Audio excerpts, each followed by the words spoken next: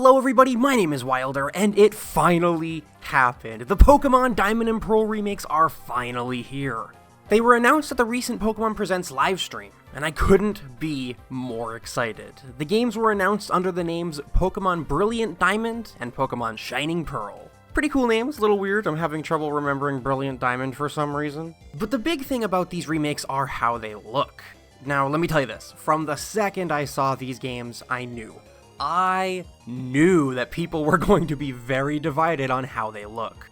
Which means, of course, that I'm extremely excited in what you think about them. Do you like how they look, or were you expecting more of a Pokemon Sword and Shield type looking game for these remakes? Let me know. I, for one, personally love how these games look. So, no secret, I've wanted Diamond and Pearl to get a remake for a really long while now, just like everyone else. And although I thought they were going to look more like Sword and Shield, I was always afraid that the scale or scope of the world would feel like it would be downsized a lot. Personally, I thought that Sword and Shield felt a little small, you know? The routes always felt a little too tight and squished to me, and it kind of felt like the routes were over before they even really started. The towns and cities, though, those were huge, they looked really nice. But because I felt like the scale of a lot of the areas in Sword and Shield were too small, I had the fear that Diamond and Pearl remade would have had the same thing happen to it. The same problem. The world's scale would have felt like it was reduced quite a bit. Especially because we would have the originals to compare it to. However, the biggest reason as to why I'm really happy with how these games look is because I don't have to worry about that anymore. The style and graphics may leave people divided, but to me this looks like a one-to-one remake of Diamond and Pearl, but in 3D, you know, and looking all pretty. Like looking at some of the overhead shots, you can see that the areas have the same amount of space to them. It's kind of like they took the grid from the old game to make the world, and then removed it, because you know, your character can walk around freely, there's no grid. It's just been given a huge graphics overhaul. I guess you could argue that because of that, it kinda looks like just a remaster, just because of how it's remade. Actually, you know what? Now that I'm looking at this, you know what this really reminds me of? Reminds me of the Link's Awakening remake. Yeah, this looks a lot like Link's Awakening, actually. I really don't mind it at all. I mean, I didn't mind how Link's Awakening looked either, so I guess they go hand in hand. I really don't mind it, especially looking at parts of the trailer, like this part here, where the trainer is talking to a Drifloon in front of the Floroma Windworks building. Look at the lighting here, look at the shadows and how the sun seems to be setting. It's really, really pretty. I didn't realize this until watching through it again, but this image here looks really pretty. One thing I'm actually really excited for that this reminded me of, nothing too crazy, but I'm excited for the day-night cycle to come back to regular gameplay. In Sword and Shield, the day-night cycle was only in the wild area until you beat the main story. Then the routes and towns would match the time as well. I don't know, I didn't play a ton of Sword and Shield after the main story, so I really missed the day-night cycle during the main story. So after seeing the screenshot here of Jubilife City in the evening with all the street lights on, it kind of got me really excited, you know, to walk around in the game at night again. I don't know, maybe that's just me, but I definitely missed the day-night cycle when I was playing through Sword and Shield and its story. I'm very excited to have this back. Also, can't forget that Jubilife night theme. I am super excited for that. I'm gonna spend so much time in that city, oh my gosh. Anyway, moving on, I want to talk about something that was actually kind of a bit jarring to me, I guess you could say. It was the characters' transitions into battle. Now first of all, I have no problems with the character models in the remakes. They look fine, and I think they fit the game and the world really well. Because like I said, this is literally Diamond and Pearl, but 3D, you know, so the models are fine for what the game is. Plus, there are already a ton of great quality memes out there about them, which I love. So that's fine, but when you get into a battle, it shows the trainers in full 3D models, and they look like Sword and Shield models. Well, actually, they kind of remind me of Let's Go, but anyway, it's kind of weird to see. You know what I mean? On one hand, I guess you could say that it makes sense, because in the originals, you walked around with your tiny little sprite, and then in battle, you would look like this, like a full character sprite. So I guess it translates pretty well.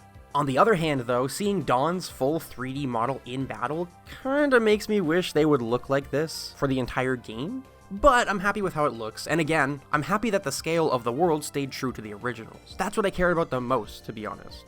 So in my opinion, it's fine. It was just a little jarring to see, but definitely let me know what you guys think about the character models, both in and out of battle.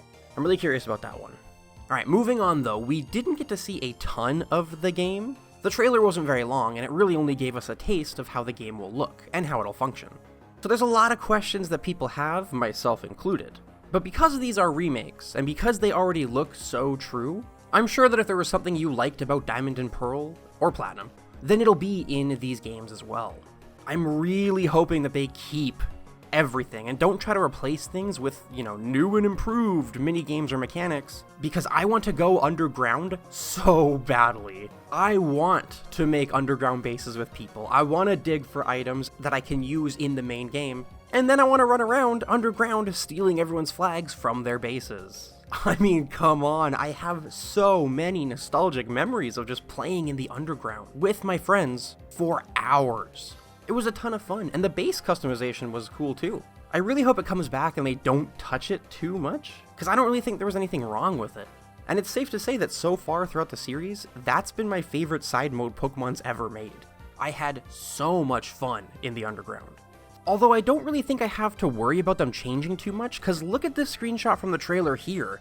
This is the room you go to when you want to trade or chat with people online. Y'all remember this, where you can pick how your character looks, you can pick one of the NPCs to look as? This was awesome. Remember opening up that little drawing page so you both could draw stuff? This was the coolest. If they kept this, I think the underground will be here, and it will be perfectly fine. If not, have stuff added to it.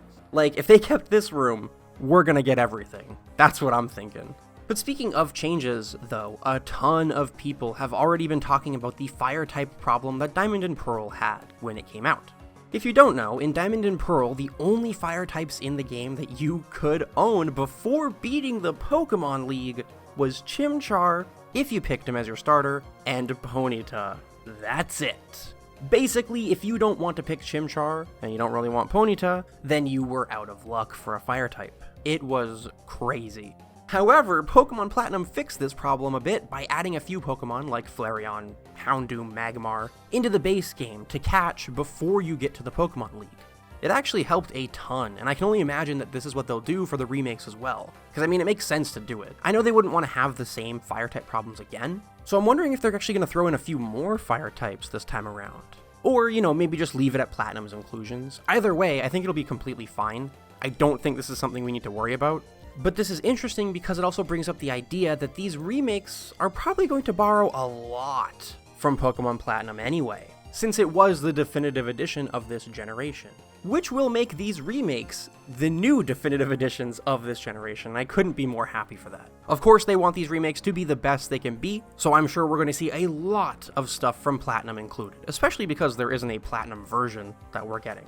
I can't wait to see more of this game, and I can't wait to get some of our questions answered. Definitely let me know what you're the most excited to see in this remake, whether it be a certain mechanic, a cutscene, or even a battle.